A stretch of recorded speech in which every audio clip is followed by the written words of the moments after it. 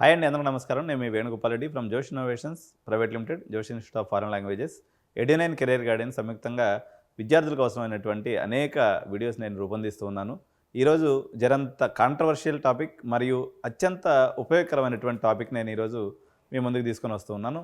ఇదేంటి అంటే, నేను గత 2-3 ఏళ్ళ నుంచి కాదు, 10 ఏళ్ళ నుంచి కూడా ఈ సమస్య యాజ్ ఇట్ ఈజ్గా అలాగే ఉంది. ఈ యొక్క టైటిల్ ఆఫ్ ది వీడియో ఏంటంటే, ఇంజనీరింగ్ కాలేజీల అమాయకత్వం, అయోమయం అని చెప్పొచ్చు. దీన్నే టైటిల్గా కూడా ఈ వీడియోకి పెట్టాను అనమాట. ఎందుకంటే ఏంది ఈ అమాయకత్వం, ఏంది అయోమయం చేసి వీళ్ళు చేసే పనుల్లో కొన్ని చెత్త పనులు లాంటివి అనమాట ఇవి. ఆ చెత్త పని ఏందో చెప్తాను చూడండి. తెలంగాణ రాష్ట్రంలో అనేక రకాలైనటువంటి ఇంటర్నేషనల్ స్కూల్స్ ఉన్నాయి. Chirec international, Oakridge international, IB syllabus చెప్పేటువంటి స్కూల్స్ చాలా ఉన్నాయి. అదేవిధంగా దాదాపు 200-300 పైన సిబిఎస్ఈ స్కూల్స్ ఉన్నాయి. కేంబ్రిడ్జ్ కరికులం చెప్పేటువంటి కాలేజెస్ కూడా ఉన్నాయి.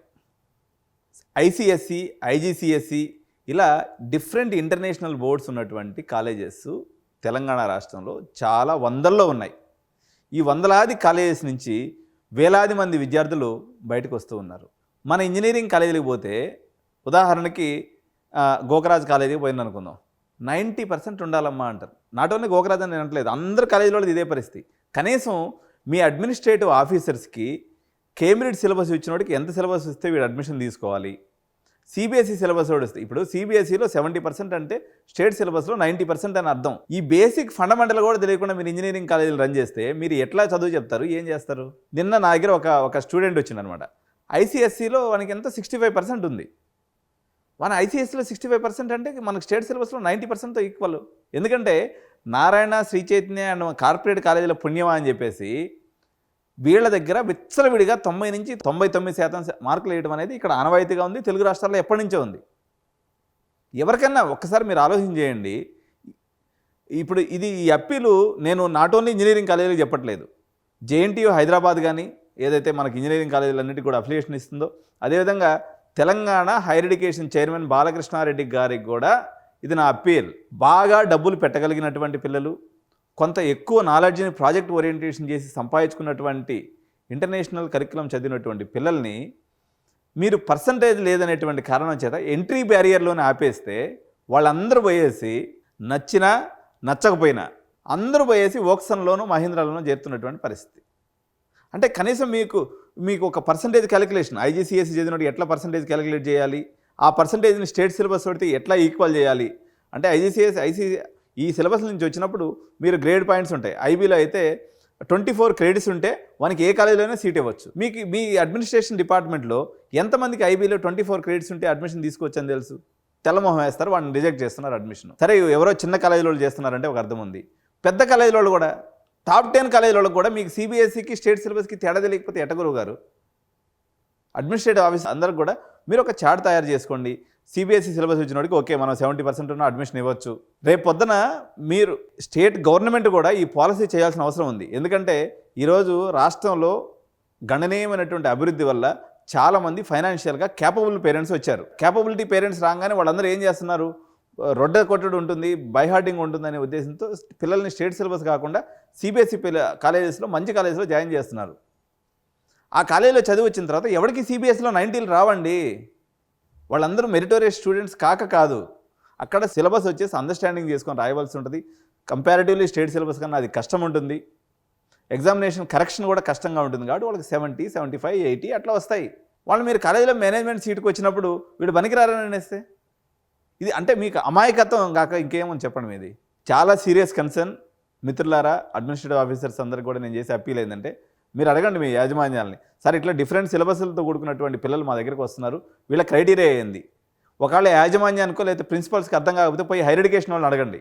మెరిట్ లిస్టులు తయారు చేసేటప్పుడు పర్టికులర్గా మీరు ఇప్పుడు సీరియస్ ఇష్యూ చెప్తానంటే, ఇప్పుడు ఒక 10,000 మంది పిల్లలు ఉన్నారు దగ్గర సిబిఎస్ఈ నుంచి మనకి ఇంజనీరింగ్లో చేరే పిల్లలు.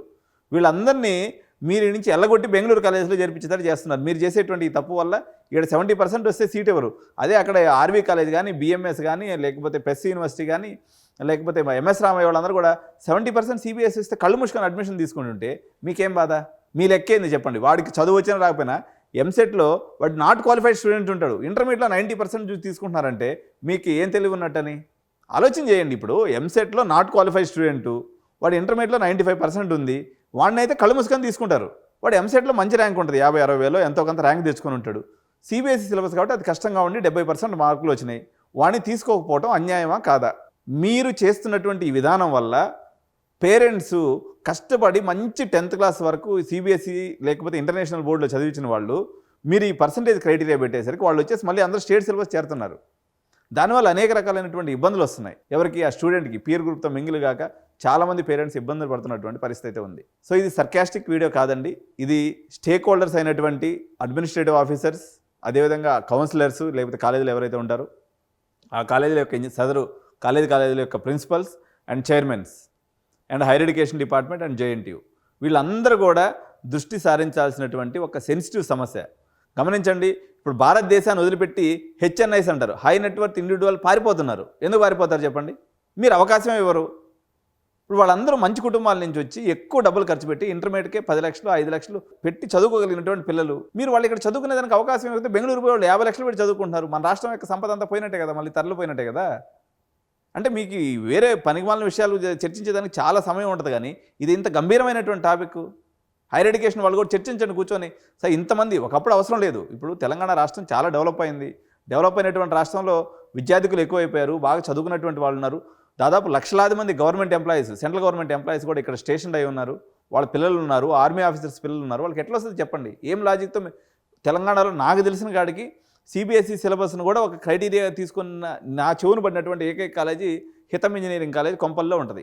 వాళ్ళు మాత్రం ఓకే సిబిఎస్ఈ పిల్లలు మాకు కావాలి, పర్సంటేజ్ కొంచెం అటు ఇటున్నా పర్లేదు అని చెప్పేసి ప్రత్యేకంగా శ్రద్ధ తీసుకున్నటువంటి పరిస్థితి. సో మా మిత్రులందరికీ నేను తెలియజేసేది ఏంటంటే ఇది ఒక గంభీరమైనటువంటి సమస్య, దీన్ని అడ్రస్ చేయండి. ఒకవేళ పాలసీ లెవెల్లో అడ్రస్ చేయకపోయినా ఇండివిజువల్ కాలేజెస్ పరంగా అట్లీస్ట్ మీరు టాప్ 10 కాలేజీల వాళ్ళు కనీసం ఐబీ పేరెంట్స్ వచ్చినప్పుడు, ఐజీసీఎస్సీ కేంబ్రిడ్జ్ నుంచి ఎవరైనా సర్టిఫికేట్స్ పట్టుకొని వచ్చినప్పుడు మీరు నెక్స్ట్ లెవెల్కి ఎస్కలేట్ చేసి ఏది ఏఓసా కానీ లేకపోతే ఎవరైతే అడ్మిషన్ టీంలో ఉంటారో, సరే ఇది ఇంటర్నేషనల్ అడ్మిషన్, ఈ అడ్మిషన్ తీసుకుంటే కాలేజీకి మంచి పేరు వస్తుంది, రేపు పొద్దున వాడు మంచి ప్యాకేజ్ కొడతాడు, మంచి రీసెర్చ్ చేయగలడు అనేటువంటి ఆలోచనతో మీరు ముందుకెళ్ళాలి తప్ప ఇంటర్మీడియట్ సర్టిఫికేట్ వచ్చిందా, 95 ఉందా, అయితే ఓకేమ్మా.